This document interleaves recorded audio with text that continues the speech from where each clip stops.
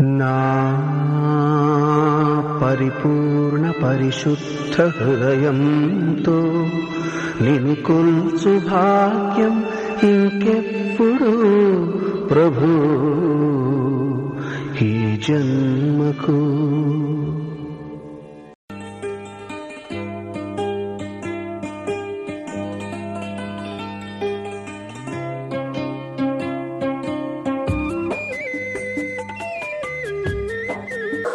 ఏముందయ్యా మీ అందరూ చేరుకున్న అంటారు, నువ్వన్న దున్ని పెట్టావు అన్న అంటతోనే నేను ఏ చేనంటే ఆ చేను చూడనమ్మావు, నా చేను చూడాలంటే ముందుగా చేను చూడాలన్నాడు. చేను చూస్తే కానీ నేను చూడాలన్నాడు. సరేలే చూపిస్తాను రాపియా భార్గవ అని భార్గవ తేజం తీసుకుపోయి చేను పెడ తీసుకుపోయి అబ్బాయి ఇది నా చేను అని ఎంతవరకు అయ్యా పరగ పిల్లని చూపించిన చేయించాయ. ఆ పిల్లడు గెట్టు మీద నిలబడి చేయించాయ ఎగటిక చూసినాడు. అది ఎట్టుంది 3 సంవత్సరాలు వీడు పడ్డది కదా. ఒక్కసారి వాన పడేళ్ళకి గట్టి తొంగ బాగా పెరిగిపోయింది, అల్లకపోయింది, ఎగేసుకుపోయింది.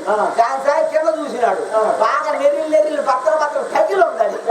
దాని సాయి చూసి ఆ పిల్లడు అదురు పోయి వామ్మో ఈ నా నాగే చెప్పడు పోన్నాను ఒయ్యో ఎంత సేమ్ ఇది, దీంట్లో నేను దొన్నలేనన్నాడు. అబ్బాయి ఏముంది కానీ ఎక్కడొకటి దొన్నమన్నాడు. ఆకు నింపినాడు. ఎప్పటితోనే నాదెళ్ళాం నెరిలో పోయి ఏమో ఇదేంది నీ ఇంతలో బగిలి ఉంది చేను, ఈ చేను నేను దొన్నలేదు అంటున్నాడు. సరే ఎక్కడొకటి దొన్నమన్నాడు. పై మెప్పింది అసలు దిగనీలా మేడి పైకి కొట్టుకొని గడ్డి అంత అనగదొక్కుపోయినా. సరేలే పోయినాడు కదా అని ఒరి కాళ్ళ చేత సదనం చేసి దాంట్లో వరి నాటిన 10 రోజులు కలుపు పెట్టింది బాగా. అసలు దొంగల యాందవ్యా దున్నువంటే నీకైతే ఎక్కడ దున్నాను ఇంకొకటి నేను అసలు దొంగను అన్నాడు. అంత కలుపు తెద్దామని ఆ ఒరిలో 2 చేతల కలుపు ఎక్కుతున్నా అబ్బాయి. అది ఏమైంది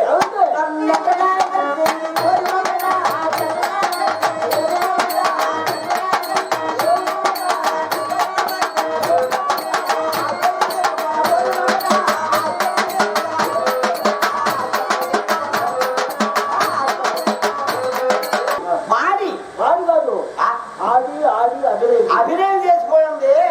ఆమెవరు మహాతల్లి ఏమని పిలవాలి? అమ్మగారని యా వచ్చే బాగదా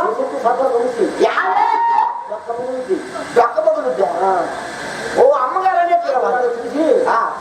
కడగాలి అడగాలి. ఓ అమ్మగారు రామ్మ లక్ష్మీ మామ పిలుస్తారా?